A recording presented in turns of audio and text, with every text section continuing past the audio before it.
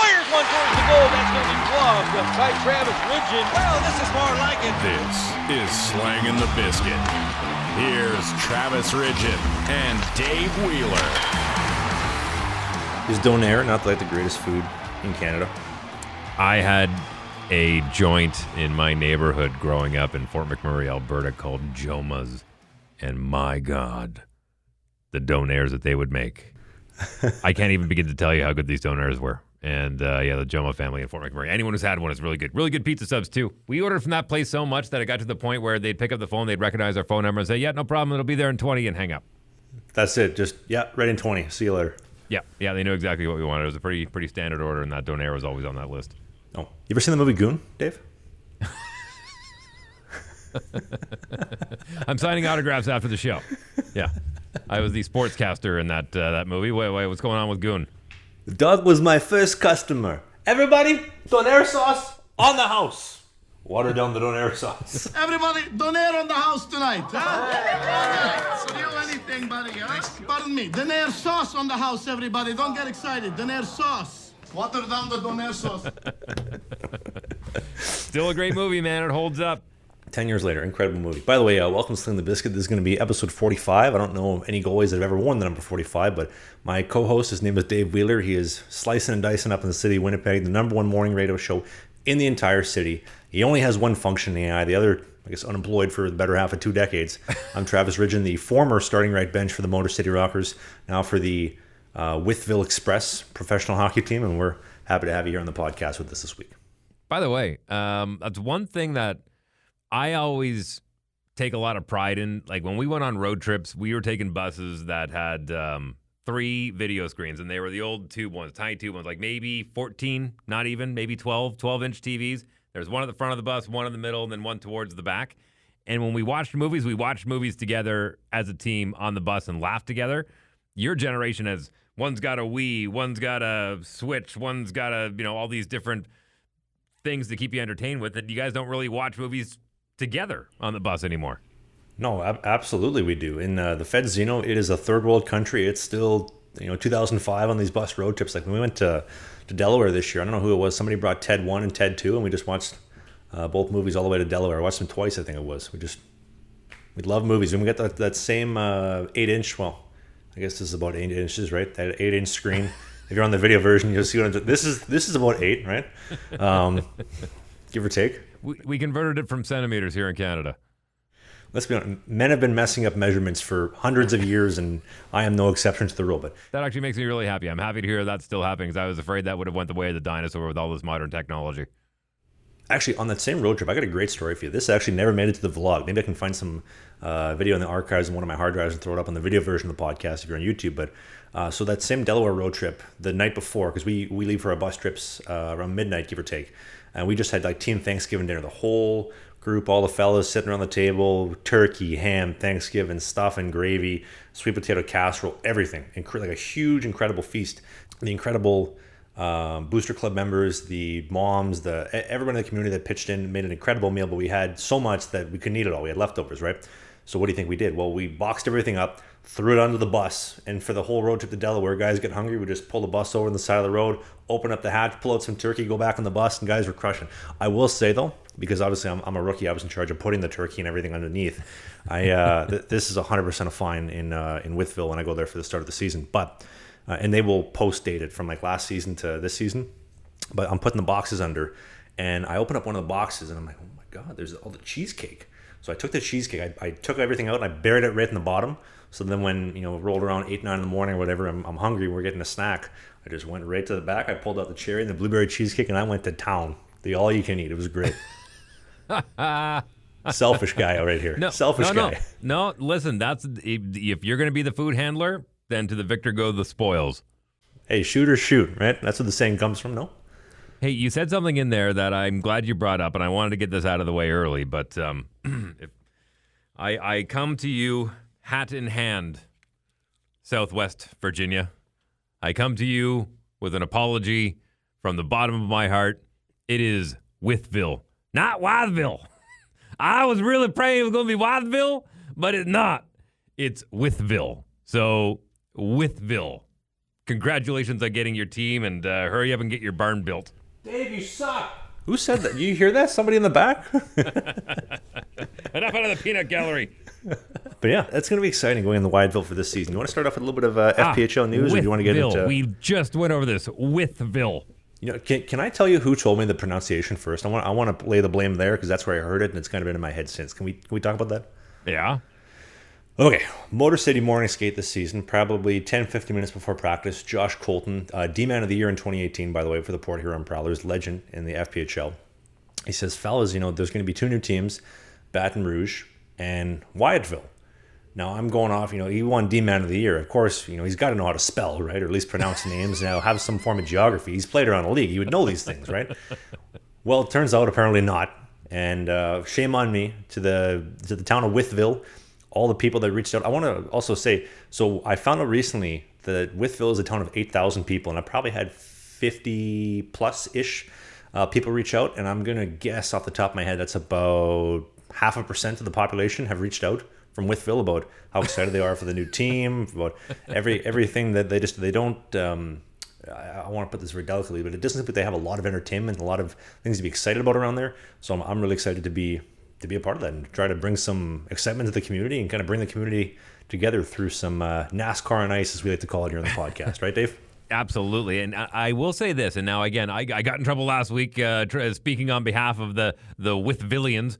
But if I had to take a guess, I would assume, because I had to look into the geography of it a little bit when we were talking a little bit about it on the last podcast, but the fact that you're very densely populated through that area, the bigger towns or the bigger cities, you know, we're talking like the 15, 20,000 ones like Roanoke and whatnot, they're going to get more of the big, let's put it in Roanoke, it's got whatever. So they have to travel. It's not like it's a far drive. It's like an hour to get there wherever. But the fact that Wytheville now has their own shit, it's like, oh, people are going to be coming to us now.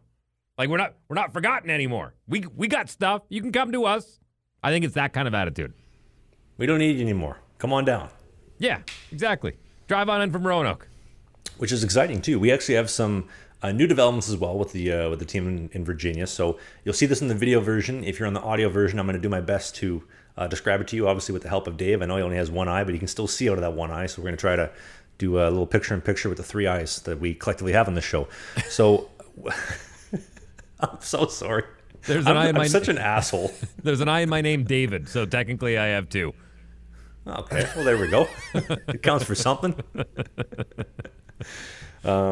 So the team in Wytheville, Virginia, does not have a rink. Now, it's not that there's nothing there and it's just like empty ground, but we have some pictures here in the video version. They've recently broke ground on the arena. Well, not recently. They did break ground, and they're doing some construction work to it. Now, you'll see in the video version, there is no ice, there is no concrete. It's just a bunch of dirt. There is some excavators and some tractors in there, and a nice big American flag, which is awesome. The arena does look a little bit smaller. So, Dave, do you have any guesses for capacity? I'm going to guess 1,000, maybe. Well, 1,200? when I was looking into it last week, I'm pretty sure it's at about 800 currently. So I think what they're doing is they're actually shifting where the ice is. I think this was a likely ground base, and I've been fortunate enough to build a couple rinks in my day working at the hockey arenas and whatnot. Something else you and I have in common. That they're probably going to put concrete in, because they probably use this a lot for rodeo, but they're probably going to expand the seating to go down the back wall and almost have it kind of like shaped like an L, or maybe even like a horseshoe would be my guess. How about this for opening night? Me as a member of the Wytheville Express, we're going to dominate Carolina opening night for a home opener, and then I, Travis Ridgen, will wrestle a bull when we're gonna cover the ice and we're gonna put the dirt over top. In my equipment, I will wrestle a bull. Oh, man, if you get the nickname Matador for the entire season, that would be amazing. What if after the whole endeavor with the bull, my nickname becomes Red Nut Ridgen? Yeah. Then you have to play for the Red Sticks, Travis. Which, by the way, actually, that's a great transition point, Dave. So the Baton Rouge Pro Hockey Team, I have received exclusive information. You're going to hear this in the show first. You won't hear this anywhere else. I was told not to cite my source. But the Baton Rouge Pro Hockey Team does have an official name, Dave. Are you ready? Okay, hang on. Let me get set up here. I got to be prepared for this. Okay, go. The Baton Rouge Bayou Blues. The BRBB. The Bayou Blues? Bayou, sorry. Bayou, Okay. my bad. Too many bucks off the head. And their head coach, by the way, Trevor Karasiewicz, I totally butchered that. Karasiewicz is the head coach in Baton Rouge. He won a championship in the FPHL, the original Federal League, with the Daytona team. And he's going to be their head coach in Baton Rouge. I messed all that up. There's a reason I can't read, Dave. Jesus. Good with numbers, though. Wow. Barely. By the way, I'm struggling. Why does it say Craig Berube? Is he our head coach? No, because he was the coach of the Blues. That makes sense. I'm just trying to find the article here. I want to try and outpronounce that name for you, but I can't see it. Is it on the main website? No, that's not announced. That's not public yet. That's just inside you? information. Wow. That's breaking news right here. I'm the FPHL's Frank Saravalli. Wow, impressive. Mm-hmm. Now, also, this is not kind of breaking news. So, me and Dave are going to be going forward, calling the team the Wytheville Express. Reason being, I love trains. We came up with this last week. I think the team should be called the Wytheville Express, which, by the way, was the professional team in Wytheville 13 years ago. The Wytheville Express, or was it the Roanoke Express? I can't remember which one it was. But they ended up obviously folding. No pro hockey in Wytheville since. So I say from this point forward, we're going to call it the Wytheville Express, and we're going to will this into reality. We're going to be a 1993 Los Angeles Kings jersey with this big black locomotive, and we'll be the Express. What do you say, Dave? If it already has a namesake there, I love it. I really do. I love recycling names like that, especially if there's still a fan base. I think that's fantastic. I do like the fan art that was sent in, the Wytheville Generals, which I think looked really cool. When I first sent it, I went, oh, is that it? Is that the name? And you went, no, that was just fan art. But I went immediately, thought that would look great on a uni. Absolutely. And we'll put in the video version, but if in the very rare case that the Barry Soskins or the management of the Wytheville Pro Hockey team see this and say, damn it, Ridgen, shut up and start filling the water bottles. Yes, we will put the Wytheville Express to the side, but the Wytheville Generals, this is a fan-made, a member in the Wytheville community came up with this with the Wytheville Generals. How kick-ass does that logo look? Like, it is so badass. Mm-hmm. I like it. Instead of the saber, he's got a hockey stick coming out of the bottom of the sword. It's amazing. I love it.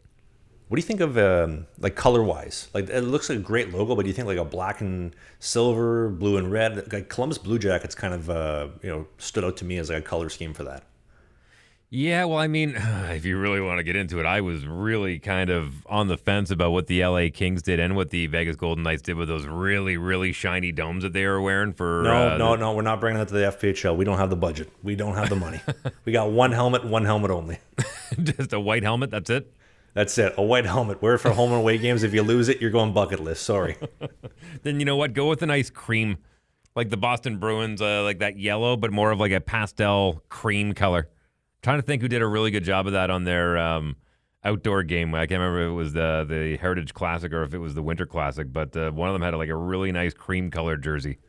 What about Nashville or Detroit? They have the yellow buckets. They wear them for home and away games, or not Detroit, Carolina. They wear the red buckets for home and away as well. I like that. I've always liked that. I remember back in the day when the Western League, you only got one helmet, and they would put the white and the whatever your color was, so you could wear it in both home and away. I like the white look, I think, personally. But hey, we're tight budgets in the FPHL. Yeah. So is there a day, or do we know when the announcement's coming down for the team name, or we're going to wait for the rink to get built? I don't know. I still haven't had anybody from the team reach out, and it's been over a week. So I don't know. My guess is just as good as yours. I've been talking to a couple, well, at least one of the guys who's also picked up by Wytheville, and he was asking the same thing. Anybody have any word, any news? Nobody knows. There was an email sent out to everybody drafted from the vice president of the FPHL saying, hey, we're going to be finalizing coach and GM very shortly. There should be somebody reaching out soon. So just stay patient if you haven't heard anything back. So that's the best update I can tell you. But in the meantime, while I wait to hear from the team in Wytheville and for us to hire management and a coach, I will continue sweating, and I don't want to have my balls sticking to the side of my leg, which is why I wear Sheath Underwear. Right, Dave? Listen, when it comes to Sheath Underwear, I can tell you that if you get this for your father figure, your whoever, for Father's Day, they're going to be happy humans. But they may not thank you at the time, like, oh, cool underwear, especially if they don't know Sheath, and then they're going to figure out Sheath, and then they're going to figure out life shortly thereafter. So if you want to give Dad a real good Father's Day gift, give him a gift that'll help him figure out life. Absolutely. Father's Day is only a couple of days away. You can still pick it up with some last-minute shipping. Get the best underwear money can buy. Sheath is the official presenting sponsor for the show. They have been since day one. They're an incredible company, backed by a U.S. Marine who created them, who founded them. He was spending time in Iraq, Afghanistan, couldn't change his gitch for 6 weeks plus. Robert was his name. Boom. Sheath Underwear, the dual pouch so your dick and balls aren't sticking to the side of your leg. The bamboo mesh so you're cool and you're comfortable. And there's a reason it's called Sheath, because it is truly the razor's edge in technology for men's underwear and for just keep yourself comfortable, especially when you don't know if your team's going to sign you or trade your rights or whatever may happen. But Sheath will keep you calm, cool, and collected on those hot summer nights when you're a member of the Wytheville Express or the Wytheville Generals. Oh, I almost forgot too. Link in the video description. There's a code BISKIT69. I forgot that's the whole reason we do these ads is to give you a code. BIZKIT69 is going to get you the 20% off code from Sheath Underwear. It's a link in the video description as well as the podcast notes. And thank you as always to Sheath for presenting the podcast. Now, Travis Ridgen, I have a question for you. Yes, I have answers, hopefully. It's kind of on the heels of something that we've talked about on this show before, and I actually talked on my traditional or heritage or legacy morning show, radio, the other day. But are you familiar with, we talked about Caitlin Demaitre, the goaltender who's now an Instagram model and an OnlyFans and all that kind of stuff. Mikayla? Mikayla Demaitre, thank you. Talked about her hard on the to show. Focus on other things. Yeah, you're right. Paige Spiriniac, are you familiar with her? As of this morning when you brought her to my attention, but yes, I'm very familiar now. Okay, so she is a golf influencer on the Instagrams and the YouTubes and TikToks and everything, and she is a stunningly beautiful woman, like stunning beautiful. I think Maxim Magazine. She's on the cover of Maxim Magazine. So if you're thinking, why do I know that name? That's probably where you know it from. She has been getting a lot of DMs, more popularity you get. It's the way it works in any industry. If you get more popular, there's more people that are going to try and pull you down. So she was getting DMs going, what are you, a golfer or a stripper? Because she wears she wears stuff to code for the golf course when she goes out and plays, but on her Instagram, she'll wear a low-cut shirt. Yeah, she knows what she's doing. And so people kept calling her, are you a stripper or are you a golfer? Like, what are you having people watch for?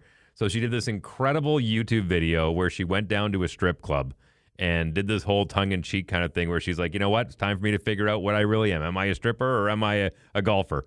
And watching her do this comedy bit, I think, was a very gracious way to handle it. But it brought me to thinking.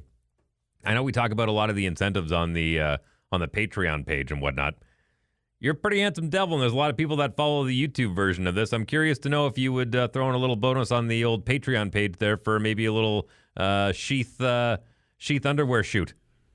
Come opening night in Wytheville, before the game starts, we'll do the promotional stuff for it. Meet at center ice, laying on my Wrestling a side. bear. Well, this is after I wrestle a bear and right, the bull as well. All Right. the wildlife in the area, I'll take care of them after the game. If I live, we'll do this photo shoot.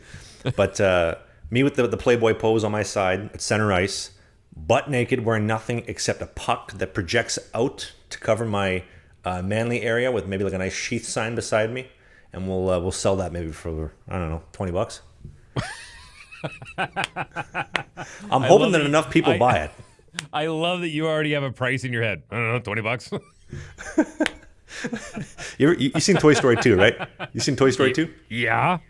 You know, when Buzz or when Woody goes down to the yard sale to try to save Wheezy, Yeah. they're like, oh, he's committing suicide. Hey, $25 ain't bad. From the mouth of Don Rickles. That was Don Rickles' character. Oh, my God. You know what? I like the way I was like, yeah, just take a picture in your underwear. You're like, center ice, nothing but pucks, $20. I'm going to take this up to the next level and then discount myself. You know, I was telling two of the guys that I skate with now, I'm doing a pro group skate, and this is the first week that I've been facing real shooters since I had hip surgery, so it was over 6 months. But I was telling the guys, because one of the guys he played in the American League last year, so he's making $140,000 US a year after the taxes with the agent fees. He's probably taking home 75, so 90,000, maybe 95,000. He's taking home Canadian, give or take. And I was telling him, I was like, so I only make 125 US a week, and he's like, that's it. Yeah, that's it. There's nothing else. That's it. There's no other money to be found. And he's like, oh, so what do you do during the season for money? And I'm like, I do this vlog. This is why I have these cameras and the podcast, all this kind of stuff. So, but to bring it back to that, That is why I'm willing to sell myself butt-ass naked in the middle of the Wytheville Forum with a puck covering my dong and a pair of Sheath Underwear in the background for $20. If enough people buy it, though, we could sell at the arena. You know what? Maybe wait till mid-season, see how the crowds are first, and if you need someone to drag the people in, maybe. But why don't we start and see what the interest level is for all of our Patreon members? Maybe we create a new level of subscription. Maybe it's a $50 one. There is. Maybe we debut a Slangin The Bizkit mug. I finally did my job, Dave. How does this look? What do you think? What do you think? Show them the good side. Oh, so the Slangin The Bizkit mug, if you're a Patreon member, you get to sip your coffee in the morning. There's still coffee grinds in here from this morning when my woman was drinking out of this. But then when you're done, you put it in the dishwasher. Boom, right there. Smiling right back at you. The snack that smiles back. Me, the Slangin The Bizkit podcast. Is that exclusively for Patreon members? They're not for sale yet, but it's a Patreon exclusive. So you get the mug and these Slangin The Bizkit, nice white fluffy hoodie if you're a Patreon member. So what we were doing was for $5 a month, if you've been a member for 2 months plus, or if you just joined today for $10, you're gonna get the new collector set trading piece or trading cards collector set. There's 2 holographic cards from my Motor City and my Varberg days, as well as a whole regular piece from Flemingsburg in Sweden, my college time at VIU, junior in Arberg and Lundar as well, and then the original rookie cards as well. So $5 a month if you've been a member for 2 months, or if you've just joined for $10, you're gonna get that all for free. And then $20 a month will get you the mug, the sweater, all the cards, everything, the exclusive Patreon episode that we're doing once a month, I believe, maybe once every month and a half. And then you'll probably get the picture of me butt naked in the middle of the Wytheville Forum if you're lucky for $20 a month as well. So is that what we're calling it? The Forum? The Wytheville Forum? Well, what do you call it? The barn? What else are we going to call it? The Wytheville Arena? The rodeo grounds. The Wytheville Fairgrounds Coliseum. I love it. Coliseum. It's got 1,000 seats. The Coliseum. Looks like they're building you guys a new dressing room, too. That's nice. I mean, it beats getting changed on garbage cans and chairs. Mm-hmm. Yeah, been there, done that. So is it Speaking of. Yeah. Yeah, let's go.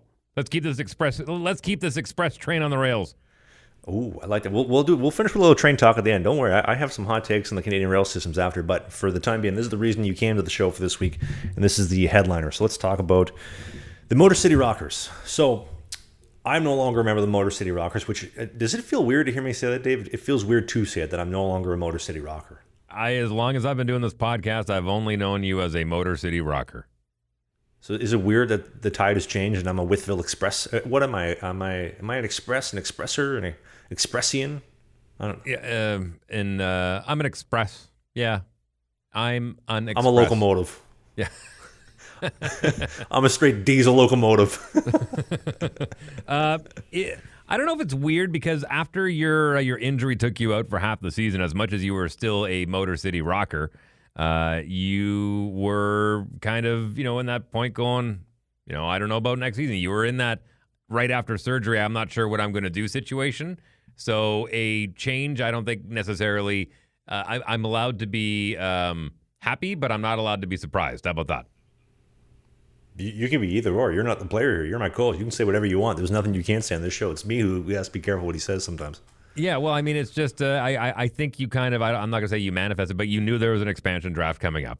You knew that, they had already kind of replaced you in Motor City and they were not looking to go for a third goaltender. So, I mean, I think the writing was on the wall. So, again, not overly surprised. Would have been great to see you stay there. I know you really enjoyed it and you had great tales to tell and you made some good friendships, but I am not shocked to see that you are with another franchise. Well, like, I'm a loyalty kind of guy. It's how I was raised. It's how I am. It's how I've always been. It's why the old version of the podcast lasted as long as it did. And it's why Dave has been my guy since day one. And we've been going with the podcast as long as we have. I like to be loyal to those that are good to me. And the Motor City Rockers are no different. Like the Motor City, specifically our GM Nick Field, gave me a chance when nobody else would. And can we tell that story? You want to just back it up? We'll do a quick start to finish Motor City recap real quick, Dave. Give me some more context there, Travis Ridden. Okay, so So I finished the 2021-22 season in Sweden, right? Things were going great. Love Sweden. It's still one of my favorite places on earth. Problem is that they added import rules where if you wanted to play as an import, you had to be on a working visa. Now, I'd been on a working visa previously, but that was during the COV season where nobody was applying. Nobody was allowed to travel. Nobody was doing anything. So I applied for it, and I had my working visa in about 3 weeks. Fast forward to last year, guys that were applying end of April, beginning of May weren't getting approved until like beginning of October, mid to end October, right? So it was a long process. And if you didn't have that in place as an import, you couldn't play. You could practice, but you could not play in games. And on top of that, the teams were paying a $5,000 fee to have you had to have your transfer card. They're paying for the visa. They're paying for all this type of stuff. So the investment was so high. There's a reason why you saw so many guys playing in Sweden Division 2, Division 3 coming over to the FPHL this season because nobody was going back to Sweden. And I was no different. So I knew Sweden most likely wasn't going to be happening. It's probably end of June, beginning of July-ish. Talking to my agent, and he's like, hey, I want you to try and apply for some of the free agent camps and just put your player profile information with all the teams just so that they have it, and then I can kind of make some phone calls and go from there. I said, okay, cool. So it's like a Sunday night. I send everything off to every single team, my info, height, weight, email, stats, previous playing history, Tinder profile, all this kind of stuff that they care about in the Fed, criminal, previous criminal history, all this type of stuff. And so I send it off Sunday night. Monday morning, I get an email back from Nick Field, our now GM in Motor City, saying, hey, I want to talk. I'm curious if you want to sign.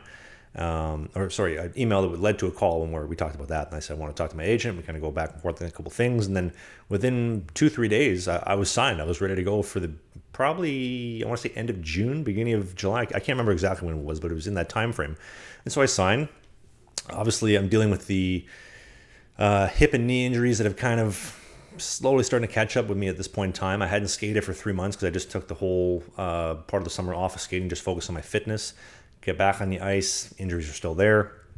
End up realizing, maybe September-ish, end of August, like this isn't going to go the way that I want. I just seen the surgeon. He's telling me how bad things are going to be. I'm not going to finish the season, so I'm going to take as many cortisone shots as I can get to get through the season as much as I can because I want to play. I've been given a really good opportunity in a time when all these imports are trying to come over to, or I guess, import players trying to come over to North America, and there's no opportunities.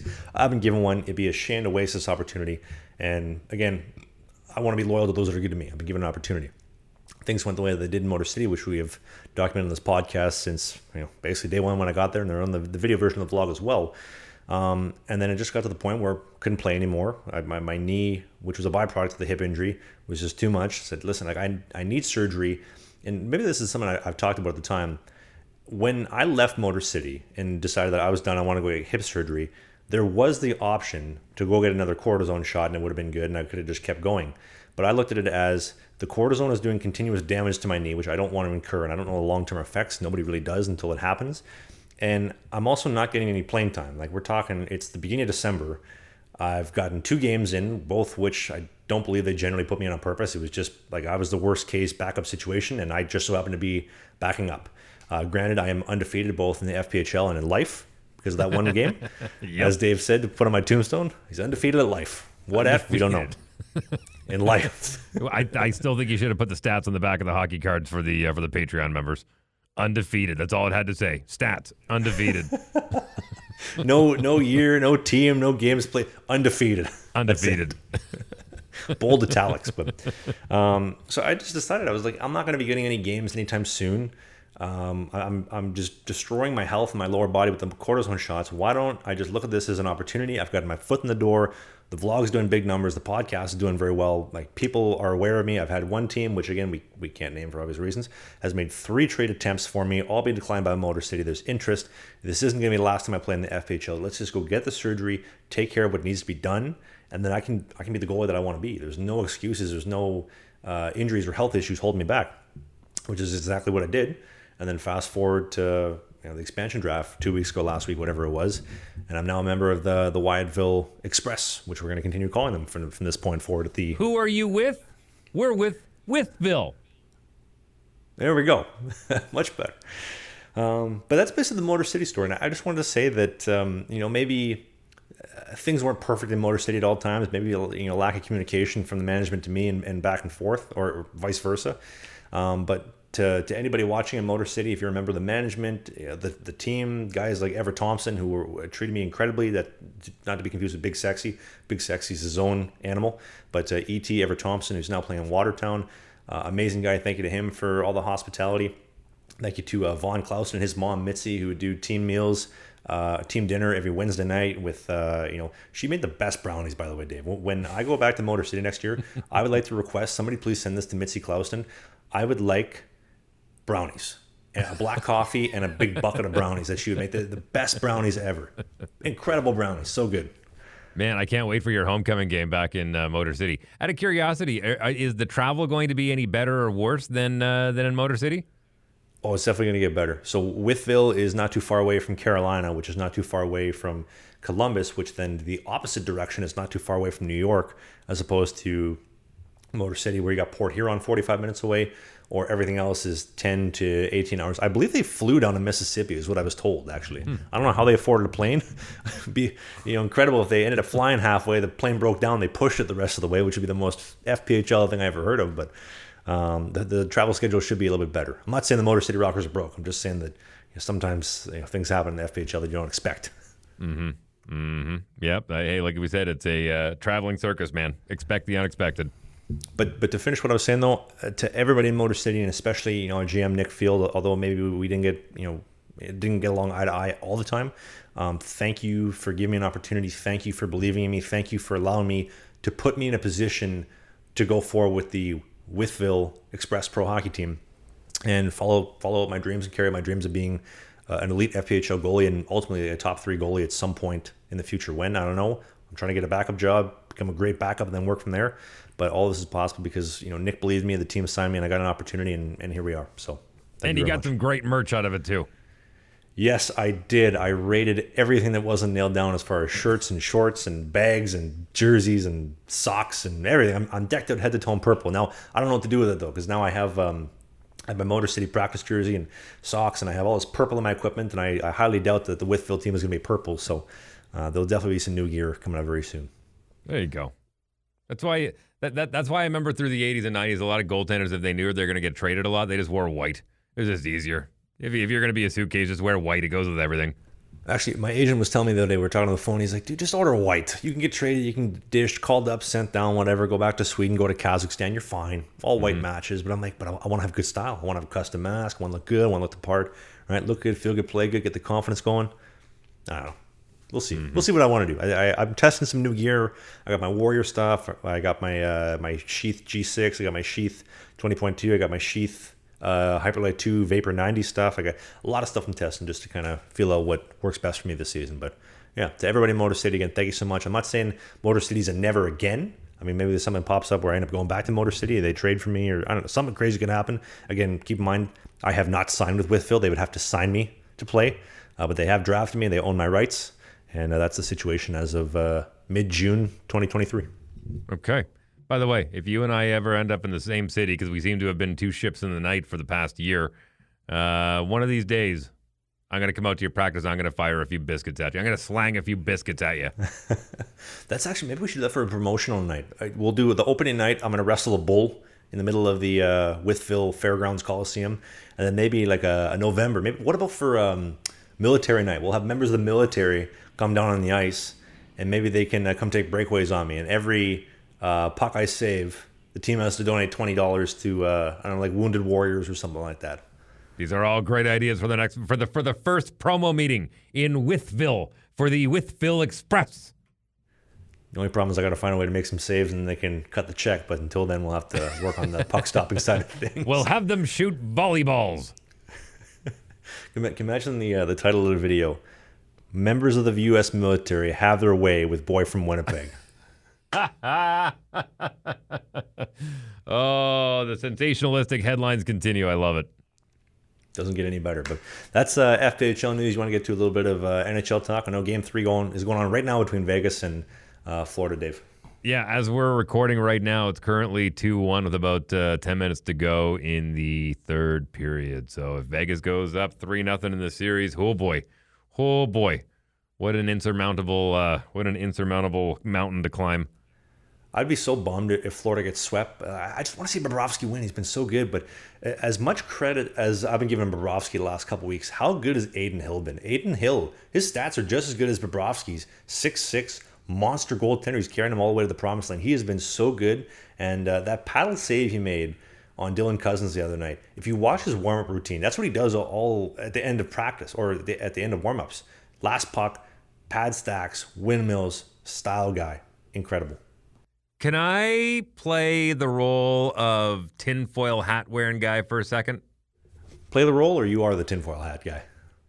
Not normally when it comes to sports, but more so when it comes to life and aliens and government and that's kind of stuff I love. But hear me out on this one. You've got a league who has really done a pretty good job for the most part of getting hockey teams set up in the big money areas of the United States of America. Can we agree on that? Absolutely. They're not batting 1,000. We know that. They've had to move a couple franchises. They still refuse to move one of them. But you've got one down in South Florida where you've already had Tampa Bay pick up some hardware, being the champ, so really good. Your Northern Florida's is doing really good. But you've had kind of this white elephant in the room with the Florida Panthers, who initially when they were brought down, the selling point was, there's a lot of snowbirds from up north that spend time in Florida, and that's where they go, so they're going to support the team. That was kind of the idea of doing that and putting them down there. And it never really panned out. They made the finals that one year. That's when the whole Scott Mellenby rat thing became a thing where they throw rats on the ice, and it was good, but regular season, I mean, it's friends and family only some nights when it's Tuesday night and you're playing Edmonton, or, it's not as well attended, we'll say. So you've got Florida, a wild card team coming in at the 8th seed, making it all the way to the finals, knocking off best team in the league, knocking off the second best team in the league, knocking off the top team in the Metropolitan Division, and going to the Stanley Cup Finals against a team who said when they came into the league that they're going to win a Stanley Cup within the first 6 years. That was their goal. Is that what they said? They said 6 years? They said within 6 years they wanted to win a Stanley Cup. Wow. Yep. They're going to get her done, possibly. So I know the NFL has gone through its fair share of rigged conspiracies, but I don't know, man. On paper, this one just it doesn't seem like it. And I know anything can happen in sports. I don't know. It just doesn't feel right. I had that thought as well. I'm not gonna lie, I have had that thought as well.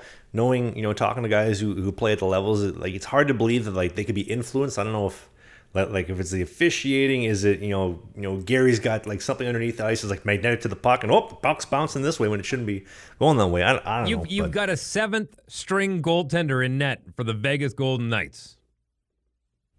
I mean, to play devil's advocate, though, I mean, you could say that the team's just that good. That's another thing too. What are they going to do with their goalie situation? You just spent the last 5 minutes talking about how amazing Adin Hill has been, and he has, but that shouldn't happen. That's not a 7-string goaltender does not come in and put up goose eggs in the Stanley Cup Finals. That doesn't happen. It shouldn't. I think that the gap is closed so much in the NHL from the best goalie to the worst goalie. I mean, you rewind 20 years ago, you had the Brodeurs, the Waz, the Hassicks, the Belfours. That was it. There's the middle guys, another big gap, and then the bottom guys. It's as simple as that. Now you look, there really isn't that big of a gap between the best and the worst. I mean, there's obviously the best of the best, like the Vasilevskis and the Bobrovskis and the Hellebucks, my boy. But there really isn't that much anymore. Even the start of the backup, everybody is just so good that you really can put anybody in on any given night. I mean, you look at even the American League. Look at how many guys in the Always Hungry that you could probably pop into the Stanley Cup Final. They do not too bad. Probably even a couple of East Coast guys. You could pop them in there. They're on NHL deals. They're just as good, just haven't had the opportunity in the seasoning. The gap of talent at that level is so minute. It's incredible. But yeah, I don't know, man. But again, and I know I'm going to get sensitive here because you got a buddy, but then why can't Edmonton or Toronto find decent goaltending? And those are both good hockey teams. I feel like it's almost, not to make excuses, but it's a byproduct of the environment you're in, right? I mean, agree or disagree. If you put 2012 Jonathan Quick, who ran the Kings all the way to the Cup Final, won it himself, in net for Toronto that year, they're not making the playoffs. The team is awful. Or even let's say Tuukka Rask, 2014 when he won the Vezina, or Tim Thomas on that 2011 run with his beautiful band of bumblebee-colored men, the original 6 Boston Bruins. What a mouthful that one was. If you put him on Edmonton that season, like, they're not making the playoffs. Like, the goaltender's got to be elite, but the team has to support them as well, I think. And you look at Vegas, you had Robin Lehner, who apparently is weighing in at over 300 pounds these days, which I kind of believe. Have you ever seen that guy? That dude does not have a neck at all. No. Can you imagine seeing that guy behind a back alley like late at night? Like, there's Robin Lehner. He's a big boy. Don't mess with the goalie. They're crazy too. Crazy, yeah, I've heard that. Crazy sweet. By the way, sent Robin Lehner many messages about coming to the podcast. He's a Swede. I claim to be a Swede, although I look nothing like it. I love Sweden. I consider Sweden my home. And nothing, just seen. Pigeon toss. See you later. Get out of here, Trav. We don't talk to guys in the FPHL in the National League. Don't be that date sitting up at the window when it's already 11:30 at night waiting for your prom date to pick you up. By the way, congratulations to all the grads out there. It's graduation season. So, hey, you did it. Nice job. Enjoy. Get ready for life. And you're going to get ready at life by picking up the new beard hedger from Manscaped.com. If you're graduating high school, university, prom, whatever it is, if you're graduating life, you can't be walking into places looking like a mop top. You can't be walking into places going for a date with uneven grizzle, right? You got to keep it tight. You got to keep it right. And that's where the Manscaped beard hedger comes in. It has 20 lengths, which are going to really dial it in. So if you look at me here in the video version, I got my mustache probably around a 7.5, or not a 7.5, but a 14. And then I got the beard tapered down. I got that jawline right now, Dave. Do I not? Do I not have that look? I'm telling you, you're looking like a Spartan from 300. I pray that some people are listening to the podcast have never seen what I look like, and they might believe me and realize that I don't look like a stump. But if you watch the video version, you know that's the truth, actually. But the beard hedger is helping me not look as disgusting and unattractive and revolting, and the Manscaped beard hedger can help you as well. You go to the link in the video description at manscaped.com, use the code BIZKIT, BIZKIT, or the video script or the podcast notes on the Apple Spotify version, same thing, BIZKIT. We get you 20% off the Manscaped beard hedger, and thanks to the team at Manscaped for partnering with the podcast, as they always do, and they will be into August. I'm getting ready for a trim. Hopefully by next show on the YouTube, I'll be a little more cleaned up for you. Are you gonna go clean shaven like you used to do at the when you had the morning show on TV? No. I'm too old for that. I have too many gray hairs to show off. I earned every one of these. Speaking of gray hairs, you know who's showing their gray hair? The Canadian rail system. Can we get into that for just a brief moment, just to finish the podcast? Oh boy, here we go. Before everybody leaves, before everybody's like, all right, Trav, enough with the transportation talk, I have a hot theory. Will this be the caboose of the podcast? Probably the locomotive. We're going right up the ass of the competition. Michaels and McElroy are a freight train from hell. Oh, man. Why did you have to bring it up? Now I want to talk another hour about the Live Golf PGA Tour merger. But no, we'll do that another time. My God, have I got thoughts on that. We can next week. We absolutely can. But for the meantime, so this is what I'm thinking here, okay? So the country of Canada, if you didn't know this, the country of Canada was founded on the railway. The railway ran coast to coast, and all the towns along the way were established because you had a railway. There was no cars, there was no highway, any of that kind of stuff. Obviously, you're not driving boats across Canada because there's no water. Well, that goes the whole way. Fast forward to here in 2023, all those towns no longer have train access. So for me, as somebody living in Vancouver, I can't go to Banff if I want to go for a weekend trip. I can't go to Revelstoke. I can't go to Kelowna. I can't go to Thunder Bay. I can't go to Regina or even Calgary. Like, how on earth does Calgary, of all the places, not have a long-distance passenger rail service that is affordable? I'm not talking about the Rocky Mountaineer that is, $3,000-$4,000 a ticket each way, or the Royal Canadian Pacific for $15,000. I'm talking like easily accessible. I hop on here for $200-$300. I can get to Calgary and then come back, like a Greyhound on trains. Like, how does Calgary not have that, right? And then you look at now the rail service in Canada. Okay, Vancouver has it, great. Edmonton, I don't really have any purpose in going to Edmonton, and I don't think many people do either outside of Dave, who would go to Edmonton to go to Fort McMurray. Saskatoon, the city that rhymes with fun, and then the city of Winnipeg, which is great because I can't get from Winnipeg to Vancouver easily. But my Uncle Ed, he lives in Calgary. I want to see him in Calgary. Banff, my woman and I want to do a trip to Banff. We go every single month if there was a train that went there. But like Alberta and BC are in so desperate need of some upgraded passenger rail service because there's nothing out here. You take the bus, you get a car, or you get screwed. I was going to use some other choice words, but we don't do that in this show. From interior BC out to Van or towards Van, they're actually working on twinning, making it a 4-lane through the mountains instead of a 2-lane, because it's pretty gnarly if you've ever driven through the mountains. And I think that's one of the biggest hangups is that they're going to have to go back to punching holes in the middle of mountains, man. And that TNT these days is not like it was back in the old days. They're like, all right, plug your ears, let's go. I mean, that's a massive undertaking to get railed down where you're talking about. I don't think you could run them parallel to a lot of the roads that are already there. I just think that's as I mentioned earlier, an insurmountable task. Well, here's the thing, though. You're not blasting any new holes through the mountains. You're using the same track and the same line that has been there since 1885.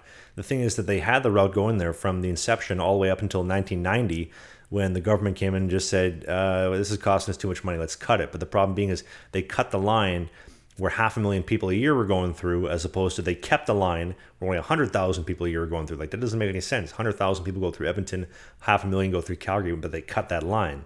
That's why there's more people going there. So you're using the exact same track. You're not blasting any new holes. I did see the twinning of the highways that you mentioned in our trip to Banff and Jasper last month. A lot of work going on along the entire highway, which is very much needed. Like you mentioned, very dangerous when you go in the winter. It's slushy, it's icy, it's snowing, which, again, very much needed. But it would just be nice as somebody who doesn't own a vehicle. For those that don't know, there's a highway. For those that don't know, there's a highway on the number one. The number one goes from coast to coast, all the way from the Atlantic to the Pacific. And when you're going through BC, you can take the Coquihalla. The Coquihalla is this beautiful, incredible road, but there's actually points where semi-trucks in the wintertime have to stop, load up their chains at the bottom of this hill, trek their way up all the way up the hill, go back down the other side so they don't slide. And once they get down, they take their chains off and they keep going. It's incredible, like some of the terrain that's up there. When you say loading up the chain, what does that mean for somebody who doesn't understand, myself included? So on all of those tires, like on those big 16-wheelers or 18-wheelers, they will go out and they will basically put steel lingerie on every single one of their tires. Like, it's like a chain cover that goes in and clips in and goes on top of the tire so you can get through the ice and snow and not slide all the way down the other side of the mountain. It's incredible. Wouldn't it just be easier to just hop on the train? Just go down a waterfront in downtown Vancouver. Just go down to Pacific Central and just book it all the way down to Calgary, Regina, Winnipeg, Thunder Bay, even down to Montreal. Wouldn't that be easier than doing that, than chaining up your vehicle down the Coquihalla, Dave? I don't understand why when Europe from all over came and colonized North America, why they didn't bring that great rail technology with them. I guess they just didn't have the foresight to realize how densely populated it would be. I don't know. If you ever experienced a train over in Europe, like, it's incredible how they have these incredible high-speed trains that go 250, 300 kilometers an hour. Like, when I take the train from Gothenburg to Stockholm or vice versa, we're talking about essentially Winnipeg to Saskatoon, and they do it in less than 3 hours. If you want the high-speed version, they do it in 5 hours if you're not really pressed for time and you want the scenic view with the double-decker train, which is really cool, by the way. But they're doing it in 2.5 hours. In Canada, it takes you 14, almost 16 hours to do that same distance. Like, what is going on? Like, why? Oh, hang on. Winnipeg to Saskatoon, you can get there in about, if you take the number 11 between Regina and Saskatoon, you can make it there in 6. We're talking about the train, though. Not the train. The train. Sorry, I don't know what vehicles are going 250 miles an hour in your neck of the woods, but over here they don't. But think about that. Like, why on earth would I ever want to take the train if it's going to take me 14 hours to get from Winnipeg to Saskatoon? It doesn't make any sense. As opposed to make high-speed rail, get some high-speed trains in there, buzz the thing all the way down, get it done in maybe 4 hours, 6 hours, high-speed it, and then have it be more accessible. I just don't understand why Canada and North America doesn't have high-speed train access. And I don't think they will, especially with the way they're moving ahead with these 15-minute cities and just trying to make everything accessible. I don't think they're going to be looking for people to go, hey, why don't you explore more? I was having the same thought. As much as I would love this to live in Canada without a car, I may have to pick up some used hunk of junk off the lot and maybe get a car when I come back after next season and be more mobile, because taking the transit is a little bit of a hike. I slug it out every time I go to the rink, having to go there and back. Eats up a lot of the day. All right. Well, speaking of buses, let's park it. And park it. Until next week when we fire up the buggy and go again for another episode of the podcast. This is Slangin The Bizkit, episode 45. My co-host Dave Wheeler, the number one morning show radio host in the city of Winnipeg, and myself, Travis Ridgen, the former starting right bench for the Motor City Rockers, now hopefully getting off the bench with the Wytheville Express pro hockey team in the FPHL. We do new episodes of the show every single Sunday at 11 a.m. Eastern, 10 in Winnipeg, 9 in Calgary, 8 in the West Coast. If you want to join the Patreon page, it's $5 a month. Help support the podcast and get some incredible perks as you see on the screen. Mr. Wheeler, it is a pleasure as always doing the show with you. Here's to 50 episodes and soon to be 100. 1 year of the podcast coming up next month together, you and I. Final words, closing comments, sir. You haven't given me a goalie yet with the number. I don't think any goalies wear number 45. Let us know in the comment section what goaltender in the National League has worn 45, because I don't know of any. We'll see you next week.